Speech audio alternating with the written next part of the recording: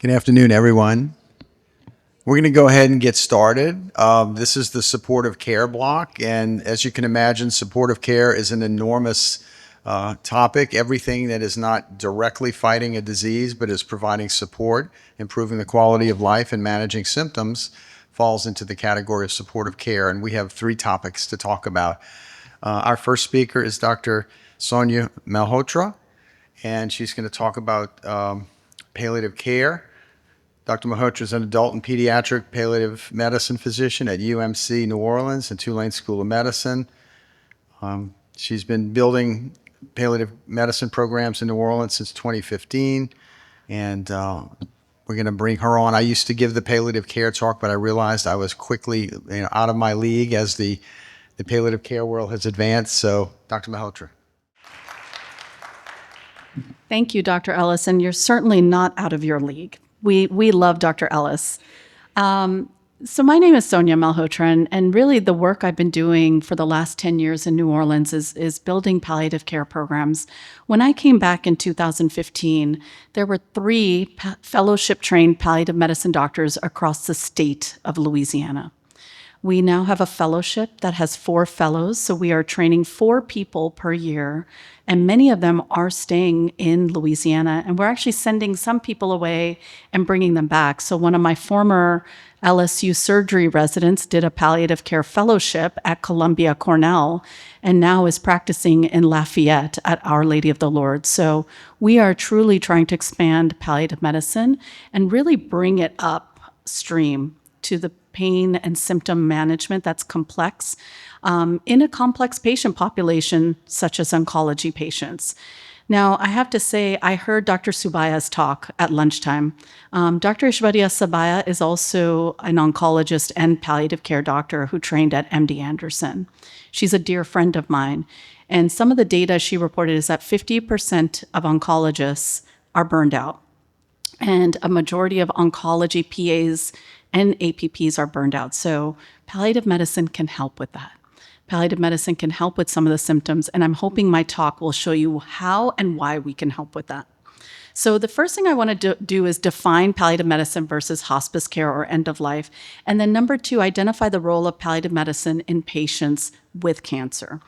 So again, this is what I felt like when I first came back in 2015. Truly, you could only imagine as a peds palliative care clinician, when I was at Oxford Medical Center, where I was there for 2 years, I built their peds palliative care program. And when I would walk onto the floors, the nurses, when I say would freak out, they would freak out. And they would wonder which child was dying. And through education and intentional efforts at workshops and really building one by one with the members of the team, we were able to expand the concept of palliative care. And so when we talk about palliative care, we're truly thinking about what the Center to Advance Palliative Care notes as serious illness care. So we are the care of anyone living, and notice I said living, with a serious illness, not necessarily dying from it. And so you may wonder, well, what do you do? Because I'm actually not an oncologist. Maybe in another life I will be. I'm not a cardiologist. I'm not a neurologist. And yet, what I do is focus on a few aspects of the care of people living with serious illness. So the first thing is pain and symptom management. Any symptoms that affect the quality of life, helping to manage those. And in another slide, I'll show you the breadth of symptoms that we can help to manage. Communication. What are the next steps in a person's care? I recently went to East Jeff. On Thursday night, I did a consult for a 38-year-old woman who is dying from her ovarian cancer. And I started her on methadone for her pain control because she was using 1,300 oral morphine equivalents. And I really had nowhere else to go and completely wide awake, sitting up, saying, "I'm hurting, doc." And she's like, "I know I'm dying and I don't want you to talk about it." And I said, "Sure, not a problem. And at some point, I'd like for us to build enough of a relationship where we're able to talk about this." And all I did was manage her symptoms. So symptom management, communication about next steps of care, and building enough relationship and rapport where people trust our recommendations. Emotional support for patients and their families. I have a licensed clinical social worker who does therapy visits and bereavement visits for families whose loved one dies. And then, of course, hospice, end-of-life care, comfort care when it's appropriate. So I want to turn us back to 2010. Dr. Jennifer Tamel, who is a thoracic oncologist over at the Dana-Farber system, the Harvard system, did this study. And keep in mind, back in 2010, non-small cell cancer conferred a hospice-appropriate diagnosis. And so she looked at early palliative care for patients with non-small cell lung cancer. These patients often, at the beginning of their diagnosis, at that year in time, were appropriate for hospice, and many of them had less than 6 months to live. And so Dr. Tamel took 150 patients with newly diagnosed metastatic non-small cell lung cancer and divided them into two groups. The first group being the group that received palliative care along with standard oncologic care. And when we say standard oncologic care, as you all know, chemotherapy, radiation therapy, and then the other group that only received chemo and radiation. And generally the palliative care group met with the palliative care team at least every 2 to 4 weeks after enrolling in that group. By the end of her study, she was only able to assess 107 patients. 43 patients had already died. And she looked at baseline assessments of quality of life with this FACT-L scoring.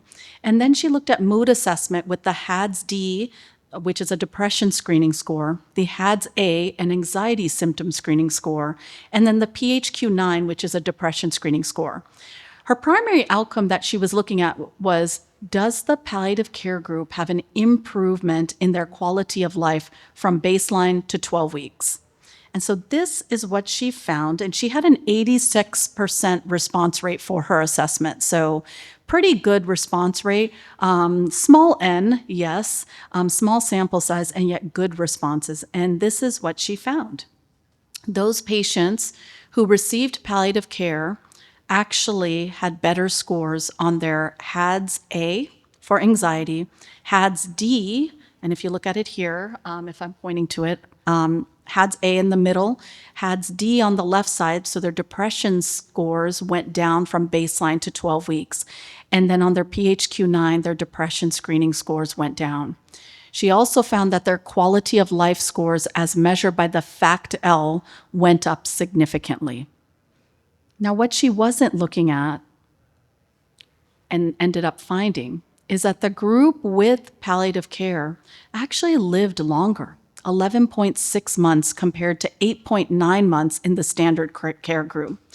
Now, I'd be a fool if I were to say palliative care can help extend people's lives, right? That's not the case. And yet, what I can conclude from this study and the many studies thereafter that have replicated this in various patient populations, including pediatrics, various pediatric cancers have also replicated this study, is that palliative care can extend survival and decrease symptom burden. And truly, palliative care can help to improve quality of life and the quality of symptom management from baseline until when the palliative care team gets involved. So again, when I describe palliative medicine, I describe as a care of anyone living with a serious illness that focuses on the patient and families and truly focuses on the burden of the illness rather than the illness itself. So I'm not a cardiologist, and yet when I see patients who have congestive heart failure, and generally end-stage congestive heart failure, I help to manage the symptoms of their CHF rather than their CHF itself. Now, please don't misquote me. I am an internist, so if I need to adjust Lasix doses, I will. I have no problem adjusting Lasix doses or antihypertensives. And yet the focus of palliative medicine truly is on the burden of the illness rather than the illness itself. And then when patients are willing to address issues of life completion, to be able to do that. I have to say, we take care of a wide variety of patients, including those that you wouldn't normally think of. So in my clinic, I have patients with hemophilia. I have patients living with sickle cell whose symptoms we are helping to manage. So this is not just about malignant oncology. It's also about hematology and how do we take care of our patients that have a high symptom burden. and we're a continuum of care offered with life-prolonging and curative treatments. In fact, when I was at Ochsner Medical Center and I had a chance to catch up with one of my friends from Ochsner, Dr. Bob Vasquez, he started a clinic for adolescents and young adults with cancer. And in the adolescents, the AYA clinic, we were seeing a lot of patients with ALL. And you all know this better than even I do. The recovery rate for kids living with ALL is about 94 to 95%, if not even higher now. Very different in the adult population where it's a 50% sort of survival rate. And yet I was seeing all of these AYAs with ALL and helping to manage their symptoms during the course of their treatment. And so another slide to help you see the breadth of things that we can do. From a symptomatic level, certainly pain, nausea, constipation, anxiety and depression, fatigue, poor appetite, dysphagia, dyspnea, delirium, secretions, neuroirritability or dysautonomia, and then of course symptoms related to the end of life. And I highlighted the 3 most common symptoms that we see in our patients living with cancer, generally pain, nausea, and anxiety and depression. Communication around goals of care, recommendations, team cohesion. How many of you have ever had your patients in the ICU where the ICU doctors are saying one thing and then you're saying another? Has anyone had that experience? Absolutely, right? And so part of the job of a palliative medicine team is to bring the team some cohesion and to get everyone on the same page. Because if it's confusing for me, who has a medical degree, I can't imagine how challenging and confusing it is for the families, who many of our families, in regards to health literacy, live at the 3rd grade level of health literacy. So if we're not all on the same page when we're making recommendations, it can be a very challenging thing for families. Certainly emotional support for patients and families, physicians and other clinicians at University Medical Center, which is right down the street for those who are from out of town. We actually lead, as the palliative medicine team, our Schwartz rounds and also Death Cafe for our clinicians, which helps clinicians come together to talk about death and dying. And then coordination of care, we can help with transitioning patients to hospice care, whether it's inpatient or home palliative care, our advanced illness programs, and then, arranging for medical equipment. And so which patients benefit from palliative medicine? So any patient with advanced or serious illness that has symptoms and or communication challenges, and we have certain tools for prognosis. eprognosis.com is a tool out of the University of California, San Francisco that allows clinicians to put certain variables into a calculator that can predict mortality. And it allows for patients with cancer to also have cancer as one of the weights if they're in the ICU setting as a tool to estimate mortality. For those living with CHF and or COPD, we are generally looking at New York Heart Association classification 3 or 4 for CHF, and then gold staging 3 or 4 for our COPD patients. And then the American Society of Clinical Oncology has actually made a recommendation and a guideline that any patient living with metastatic cancer or diagnosed with metastatic cancer should receive a palliative care consult within 8 weeks of diagnosis to establish care. It is the only society, unfortunately, that has been willing to commit to this. And yet I say also, fortunately, that we have one society that has been willing to commit to this. And then the surprise question, which has been well validated: would you be surprised if your patient died within a year? If your answer is no, that patient would benefit from a palliative medicine consult. And so why is the swim so upstream? And you'll notice that I don't call my specialty palliative care. I love the word care, right? It's a lovely, gentle word. Who wouldn't love that? And yet I also recognize, as an internal medicine physician and a pediatrician that has also been fellowship trained in palliative medicine for adults and kids, that we truly are a medical subspecialty and need to be recognized as such. And so palliative care is really important in our patients living with cancer. And so we really should be offered at the time of diagnosis, especially for those with metastatic cancer. In fact, Betty Farrell out of Duarte, California, at the City of Hope, looked at patients from 2001 to 2016 and found that less than 40% of patients with metastatic cancer received early palliative care within that 8 weeks of diagnosis, even though it was well established that early palliative medicine involvement had significant benefits for patients living with cancer.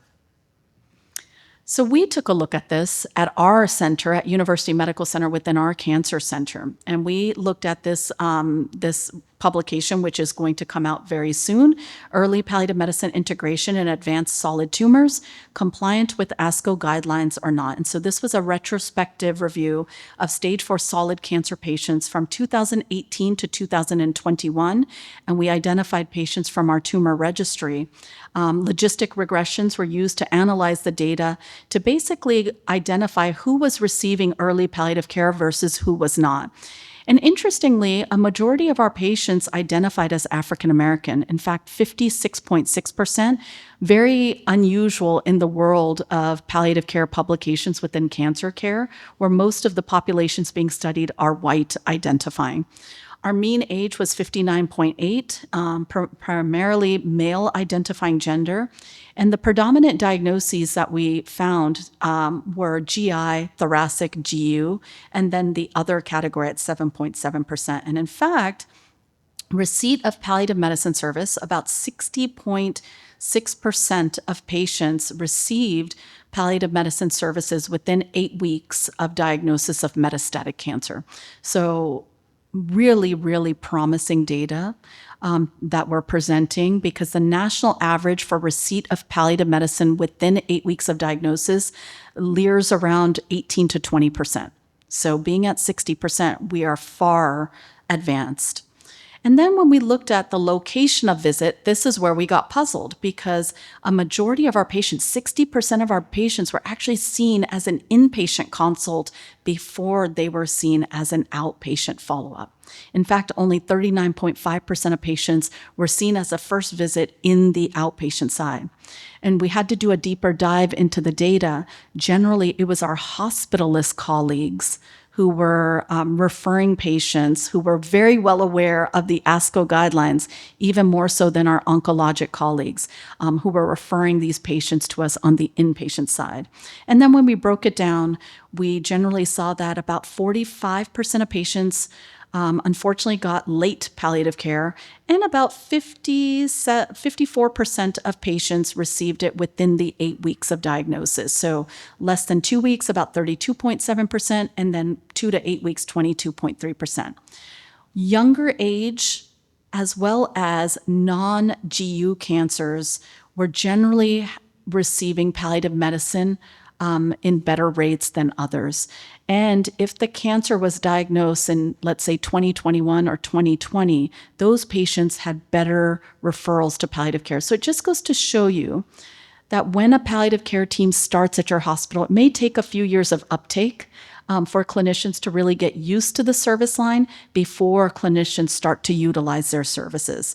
And then our palliative care population here that we studied, those who received palliative medicine services had medical power of attorneys and advanced care planning documents documented within their chart at a much higher rate than non-palliative care patients. So I wanted to present a case example. A 38-year-old Spanish-speaking woman with recently diagnosed pancreatic cancer is admitted for pain control. She identifies severe aching pain in her abdomen with sharp shooting pain to her flanks and back. She reports anxiety over her diagnosis as well as over her 13-year-old daughter who was recently detained by ICE agents. And so this is actually a patient I took care of just a week and a half ago at UMC.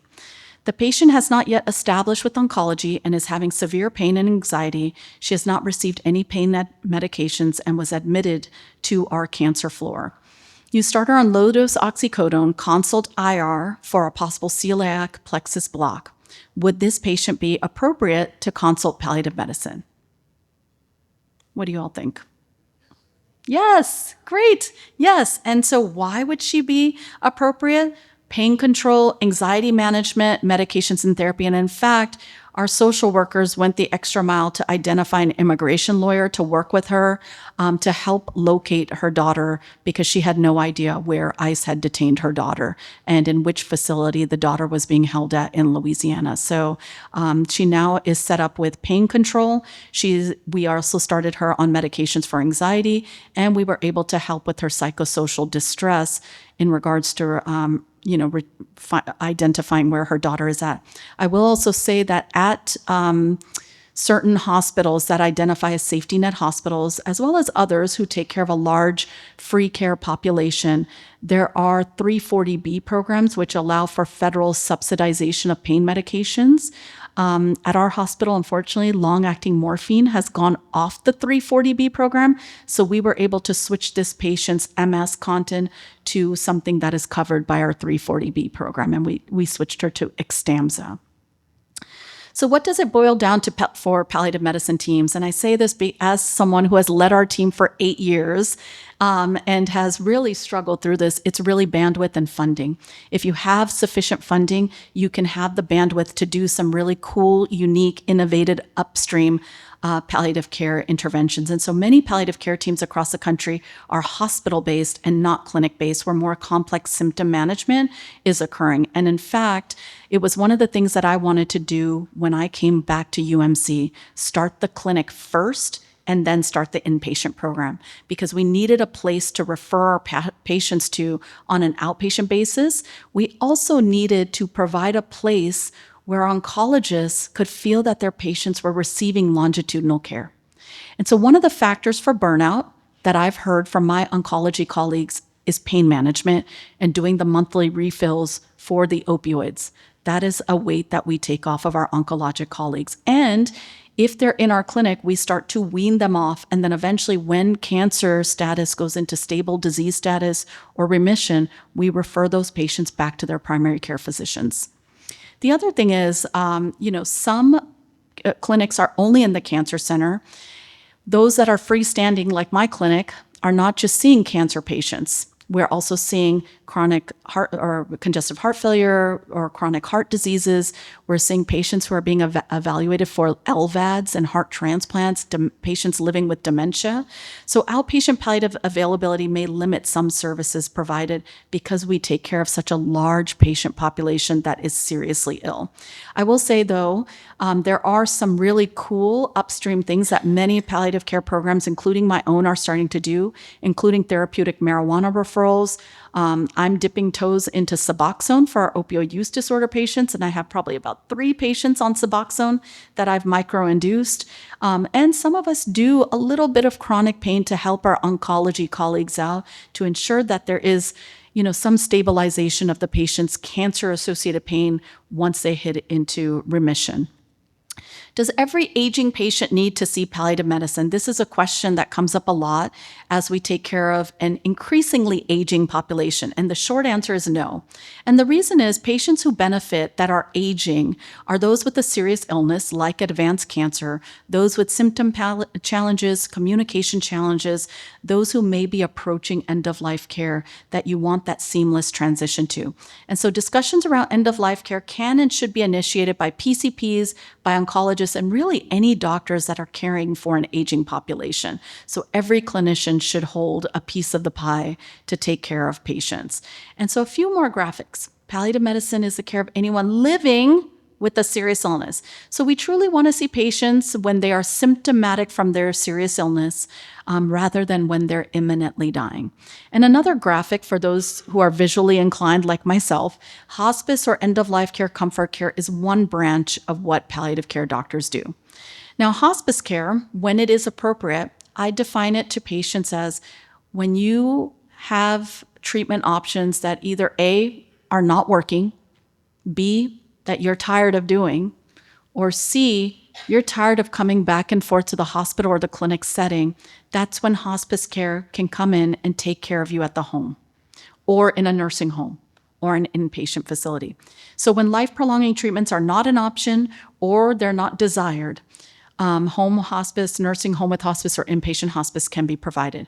Now, home with hospice generally means that the family is providing the 24-hour care. The hospice nurses only come into the home 1 hour, 3 days out of the week, and then an aide may come in 2 days out of the week to provide bathing services. Artificial nutrition and dialysis can be provided for while on hospice, especially if the dialysis is not related to the cancer diagnosis. Many patients in New Orleans are not willing to part with their artificial nutrition or the artificial nutrition that their loved ones are on. And so I generally don't fight them on that. And when families cannot say no to artificial nutrition, I tell them that we will run it at a lower speed, at trickle, so I don't do more harm to that person than good in their last days or weeks of life. Hospice is truly an interdisciplinary model like most palliative care teams with social work, nurses, physical therapy, chaplain, and physicians. And in fact, we have our physical therapists come to our huddle once a week and report out on the patients we're taking care of together to give us guidance on what a patient can do. And truly, hospice care the focus is on comfort, maximizing time outside of the hospital. Your patients can still continue to see you, especially via telehealth, if they choose to. We just need to let the hospices know. And in fact, does anyone know what the number one concern for patients living with cancer is as they approach end of life?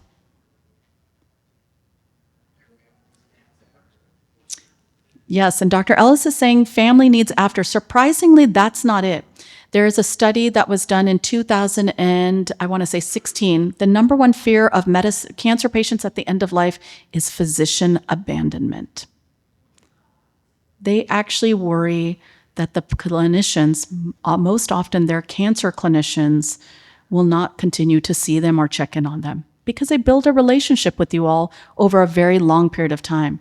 So don't undersell your role in a person's life. You all are making a huge difference, and patients want to hear from you even when they transition to hospice care. I'm going to put another case example. You are caring for a 67-year-old woman with lung cancer with mets to the brain who was recently stepped down from the stroke ICU, who had a severe MCA stroke with midline shift. The family decided to not pursue trach and peg and instead compassionately extubated the woman who is breathing normally and without distress. The patient has comfort medications, including IV morphine and IV Ativan in place, should she require anything for pain, dyspnea, or agitation. Family has reported that they cannot take care of the patient at home. You ask your palliative care team who has been following the patient in the ICU to evaluate for inpatient hospice. Is this patient appropriate for inpatient hospice? Yes or no? Oh, you would think it would be yes. And actually the answer is, oh, I didn't even put the answer. I'm sorry. The answer is no. And I'll tell you why. Most inpatient hospices, I went backwards. Most inpatient hospices get federally audited if they take in patients who are actively dying, but who are comfortable. And so inpatient hospice criteria mandates federally, the federal guidelines, that a patient be actively dying and with symptoms. So they have to have some form of symptoms, either uncontrolled pain, uncontrolled nausea, uncontrolled anxiety or agitation.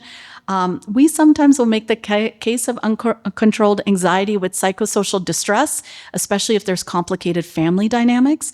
And there are Medicaid and Medicare rules on length of stay. Medicare allows for up to 14 days in inpatient hospice, and depending on your state's Medicaid policies, that varies. It used to be 5 days per Louisiana Medicaid. It is now 14 days, thanks to the advocacy we did from the Governor's Council on Palliative Care to increase the number of days that patients can stay in inpatient hospice. So patients who are comfortably dying without any active symptoms do not meet criteria for inpatient hospice, unfortunately. Now, if we return back to our case, if your patient starts breathing 30 times per minute, her heart rate has increased into the 130s. She has required at least 2 PRN doses of IV morphine and IV Ativan in the hour for dyspnea and distress. Then guess what? She becomes appropriate for inpatient hospice. So sometimes it's just a matter of time, allowing time to play out to where patients get actively symptomatic to be able to qualify for inpatient hospice. So in summary and conclusions, palliative medicine is the care of seriously ill patients. Several tools can be utilized to identify appropriate patients for palliative medicine teams. The ASCO guidelines indicate that patients with metastatic cancer should receive palliative care within 8 weeks of diagnosis.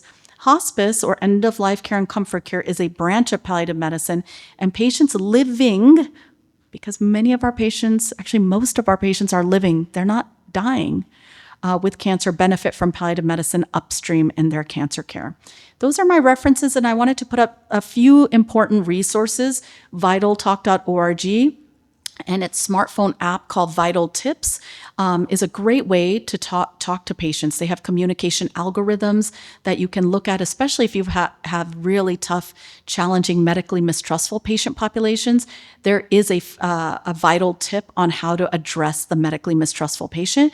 And then the Medical College of Wisconsin has palliative care fast facts, approximately 400 one-page evidence-based fast facts on different topics within palliative care. So if you're looking at a fast fact to start a fentanyl infusion, how to use Suboxone, how to start ketamine, there is a fast fact that can guide you with evidence on how to do that.